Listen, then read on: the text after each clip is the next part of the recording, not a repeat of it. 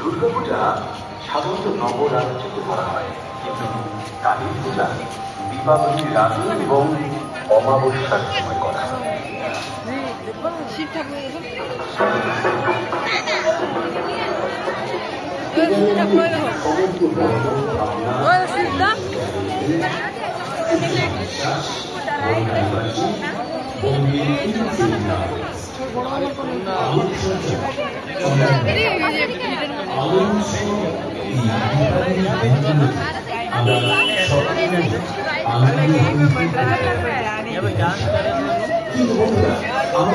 মনে রাখতে হবে এই পরিবেশে কিন্তু আমাদের আনন্দের মাত্রা অতিরিক্ত হয়ে পরিবেশকে দূষণ না, তাই কোনো শব্দবাজি কিংবা আতশবাজি নয়, আমরা মানবিকতার আলোয় উদ্ভাসিত করব দীপাবলির এই দিনগুলো। তাছাড়া আমাদের মনে রাখতে হবে বাড়ির আশেপাশে কোথাও আমরা জল জমতে, কেননা জমা জলেই ডেঙ্গুর জীবাণু বাসা বাঁধে। তাই মুক্তময় শান্ত জীবন রবে না যেদিন কোনো দূষণ। তাছাড়া মণ্ডপে প্রবেশের পথে আপনারা ধীরে ধীরে প্রবেশ করুন, নিজেরা দর্শন করুন এবং অন্যদেরকেও দর্শনের সুযোগ করুন। আর প্রতিমা দেখার পর ফেরার সময় অবশ্যই ধীরে ধীরে গাড়ি চালান, ট্রাফিক আইন মেনে চলুন। শিলিগুড়ি তরুণ সংঘের পক্ষ থেকে আরো একবার আগত সকল দর্শনার্থীদের জানাই শুভ দীপাবলি এবং শ্যামা পূজার আন্তরিক প্রীতি এবং শুভেচ্ছা। সকলে ভালো থাকবেন, আনন্দ থাকবেন।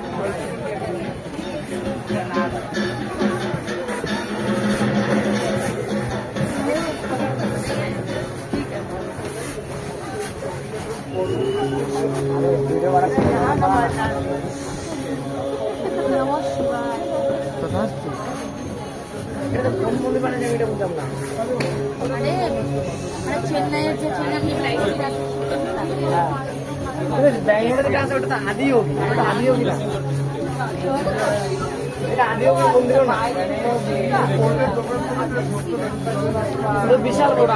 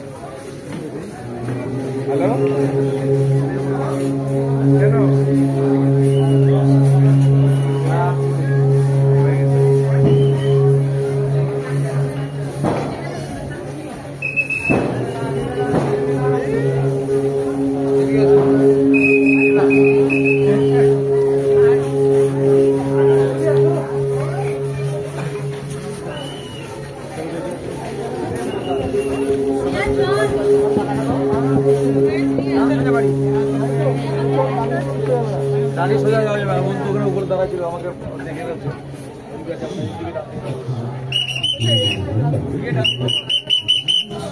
অসুপ্রযুক্তি তার ধ্বংস ঘটিয়ে নতুন সৃজন দেয়। সেক্ষেত্রে শিব হলেন একই সাথে ধ্বংস ও পুনর্জন্মের প্রতীক। এই তত্ত্ব অনুযায়ী মহাবিশ্বের সব কিছু